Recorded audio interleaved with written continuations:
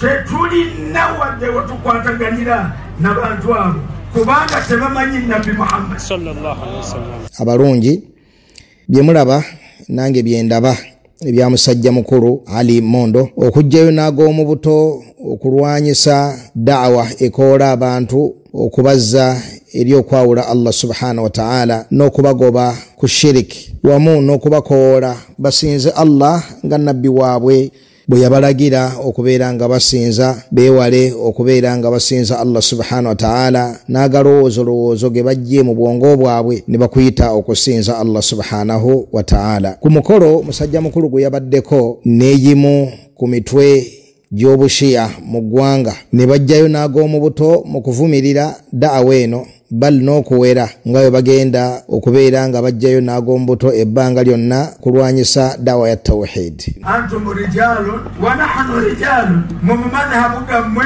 muli ba rijalu, naffe tetuzannya olwekyo mutambule ne baakida yammwe akida twawala mutugweko naye naffe eno naffe rijalo musobola okututaarira Allah naye ne tubasekula temutulaba okwesirisa. Mu ebyo obuwongo bye butuukirako nga wakawuliriza ebigambo bya musajja mukulu mwe muli okubeera nti musajja wattu talina bawabuzi bamugambako nti owange abo bogezaako okweŋŋanga nga balina omululu ku bitonde ebibuze ebifaanana nga ggwe ti ate weesimba otya mu maaso g'ekibinja ky'omanyi obulungi tikikulinako omululu. Amazima tulina omululu ku bazuuzi mu ddiini ow'ekitiibwa Allah subhanahu wa ta'ala abafaanana ng'omuddu ono n'akabinja akabaddaawo mwabadde omu yabadde akutta akalaadi akawanvu mita nga 2 obuweke bwe yatunga ku muguwa n'asika n'atwala omukono ne gugende n'asika akala omukono wala hawla wala quwwata illa billah. Ab'ebitiibwa obubuze obuli mu kibinja kino eky'abasuufi abatta omukago ne basababa b'abasahaba ne barrafidha abashiya abasiiba bavuma basahaba b'omubaka Muhammad sallallahu alaihi wasallam era nga bakawaŋŋamula nti basahaba bannabbi baali bannanfuusi nga nabbi waali nabbi bwe yafa bonna ne boolesa obukafiiri bwabwe. Abashiya abo bennyini ababadde batudde omukulu ono ku lusegere nga bwe bawaga ebigambo byayogera wala iyadhu billah. Ku mukolo ogugambibwa nti guliwo okwagala ennyo nabbi sallallahu alaihi wasallam ng'abakungu kugwo bagamba nti Aisha yali mukafiiri, Hafsa yali mukafiiri, bakyala bannabbi bonna okujjako Khadija barrafidha abadde batudde abo bonna bagamba nti baali bakafiiri wala iyadhu billah. Bagamba Abubakar yali mukafiiri, Umaru yali mukafiiri, Uthmani yali mukafiiri, mu bakhulafa abana eyali omusiraamu ye Ali. Batudde ku mukolo mbu ogutegekeddwa okwolesa obwagazi obuyitirivu eri nabbi sallallahu alaihi wasallam mu mbeera eyoleka obulungi nti bannabbidaa milla eryemu laba obubuze obw'emirundi ebiri obwabali ba mushirikuuna abasinza Ali ne Hassan ne Hussein n'obwabano ba kuburiya abasinza mashayikhi at-tariqa abawangalira mizikiti nga banyenye emitwe ng'amakonkome nga bwe bazina bwe babuukabuuka bakola batya ebintu bye twabagambanga edda olwaleero nga social media ebibaleetera mu nnaku masimu awo mubiraba abasajja ababuukabuukira muzikiti abanyenye emitwe abakola ebintu ebyewuunyisa mu mizikiti be bano basoofiya abali mu mukago omukolimire ne barrafidha abashiya kafuwaza wa sahaba bombaka Muhammadi sallallahu alaihi wasallam. Chicho subira bwe basinkana bafaanaganako bwe batyo bagenda kwogera kikuba du'ati bat tawhid wallahu almusta'an. Mwebyo byabadde ku mukolo ogwo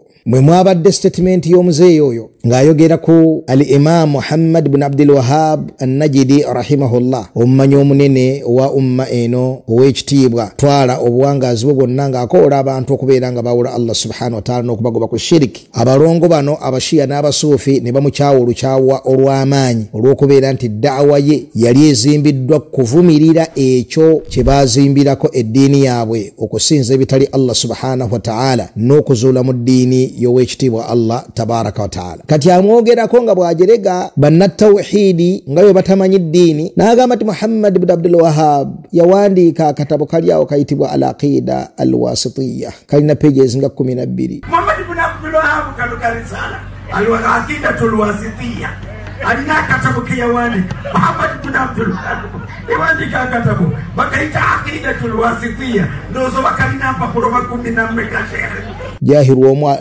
nasinzira libanaga nedda ziri 32 ziri 32 nga takimanyi na kukimanya mu myaka egyo kamera emutunuddemu ensi yonna egenda mulaba nti Muhammad bin Abdul Wahhab rahimahullah talinayo kitabo kiyitibwa al aqida al wasitiyya.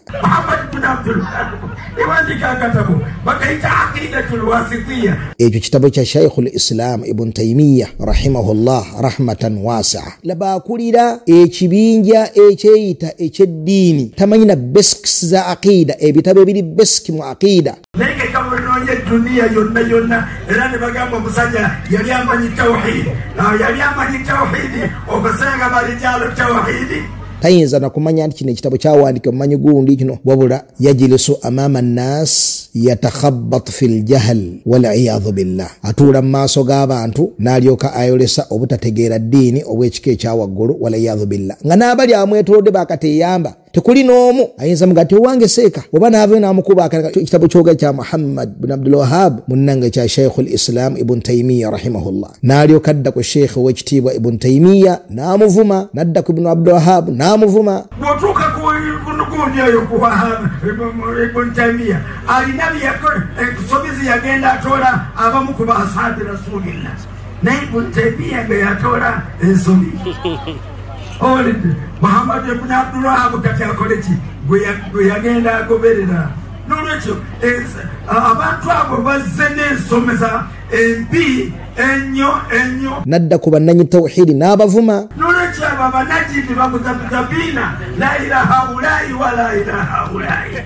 Ffe tetukwatagana nabo era twaliika yaffe atwaliika tekwatagana n'abasalafu n'abasalafiyatul wahabiyatul muasira al aqidatu awwala. Mwebyo ebyewuunyisa ku muzeeyi ono omuyaaye awangaalidde ku bubuze n'okulimbalimba abantu, kyekyo kye yanyumya emabegakaawo nti yagenda e Madina. Bwe yatuuka ku ntaana ya Nabbi sallallahu alayhi wasallam, Nabbi najjayo omukono n'amukwatako mu ngalo.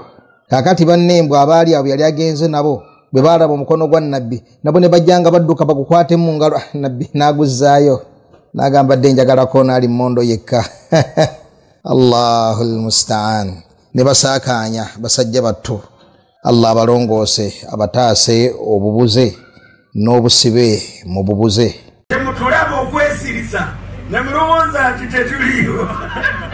والعياذ بالله. فأقول لك مكغامبا مسجى مكولو نتي يا شيخ سوء قد شكاك زمانك مسجى مكولو ومريمبغو ngaku kuwanda lulusu حياتك والجهل العريض لسانك obuwangazi bwonna obumaze ng'obutategeera ddiini obweyolefu bwe bukufulumira ku lulimi. Sheikh tawalamu ya Sheikh alqalbu bidalalihi, gw'omubiri gusogonyose naye ate mwana wattu omutima kyali muvubuka mu bubuze. Ma darra sheikhan law hadahu bayanuka, so nga mwana wattu singa owuliriza okubuulirirwa kw'omuluŋŋamu ali ku tawhidi ne sonna n'akuyita nakkoowola okubeera nga oyawula Allah subhanahu wa ta'ala n'otagatta ku mutonzi Allah subhanahu wa ta'ala kintu kyonna, bal n'obeera ng'ogoberera omubaka Muhammad sallallahu alayhi wa sallama engoberera entuufu etali yakubeeraawo nga bwe mukkakkanya n'okumujooga n'okukkakkanya basahaba be ab'ebitiibwa n'okubavuma ng'ate bwe mumwogerako muleekana mu ddoboozi eddene mu kumusaalira. Allahumma salli wa sallim alayhi waliyadhu billah. Ma darra shaykhan law hadahu bayanuka. Musajja mukulu toyina kiwalifiiriddwa singa oyanukudde okukowoolebwa